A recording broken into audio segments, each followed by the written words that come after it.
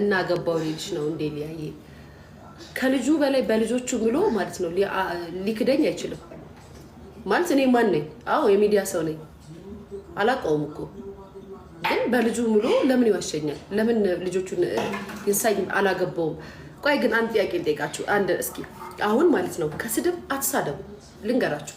አትሳደቡ እግዚአብሔርን አትሳደቡ እዚህ ውስጥ ያላችሁ የምትሳደቡ ሰዎች አትሳደቡ ግን አንድ ጥያቄ ልጠይቃችሁ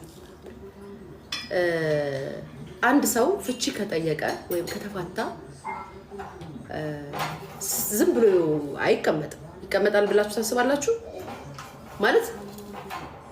ፍቺ የተፋታው እኮ አንደኛ ነገር በቃ ከዛ ሰው ጋር ያለኝ ነገር ከታድርጌ ነፃነቴና ውጪ እንደ ልቤውኝ ይኖራሉ ብሎ አይደል እንዴ ፍርድ ቤት የሚቆመው እዚህ ጋር እንዳትመጣ ኬኳ በዚህ ጠረጴዛ ስልሹልካ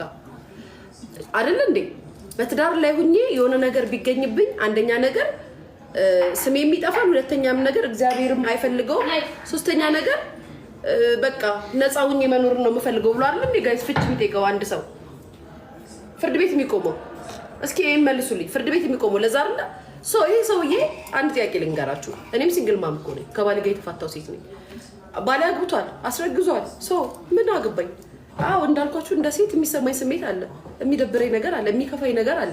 እንደ ሴት እንደና ግን ደግሞ ይሄ ሰውዬ እንዴ ተፋቱብኝ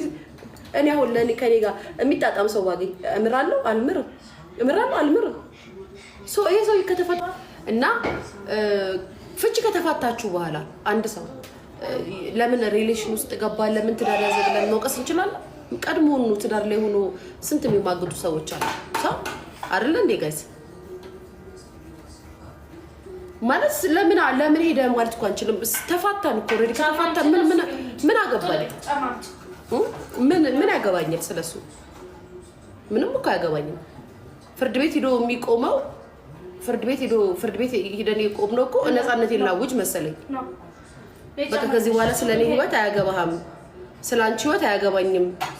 ኃላፊነት አለብኝ አንቺ ከወንድ ጋርሽ ከሴት ጋርሽ ምን አገባኝ ልል ነው እኮ ፍርድ ቤት የምቆመው ስለዚህ ይሄ ሰው እንደው ቢሆን እንኳን ቢያገባ እንኳን አላገባም ቢያገባ እንኳን ኦፊሻል አድርጎታል ፍቺውን አይመለከተንም አንድ ሰው የሚፋታው እኮ ካልተስማማ አይደለም እኮ በቃ ካልፈለገ ቤቱን ትቶ ይሄዳል ምን ልላችሁ ፈልጌ ነው እንትን እያልኩት አይደለም እንደ ሴት ልጅ ነገርኳችሁ እኔ ሲንግል ነኝ የተሰማኝን ነገር አለ የሚሰማኝ ነገር ወደፊት የሚሰማኝ ነገር አለ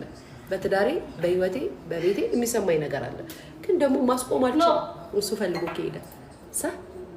ጋይስ ፈልጎ ከሄደ ማስቆም ትችላላችሁ አትችሉ ችግራችን እኛ ምንድነው አንድ ወንድ ልጅ ከሄደ በኋላ ብዙ ነገር እነሱ ላይ ነው የምንለጥፈው ግን ደግሞ ስለሚገባቸው ነው የምንለጥፈባቸው በነገራችን ላይ ይገባቸዋል ወንዶች ባይዘው ሁሉም ወቀሳ ይገባቸዋል ትችትም ይገባቸዋል ስድብም ይገባቸዋል ዱላም ይገባቸው ወንዶች ነበሩ ግን አሉንም እዚህ ሀገር ላይ ለማን ነው ዱላው ስድቡ ለኛ ነው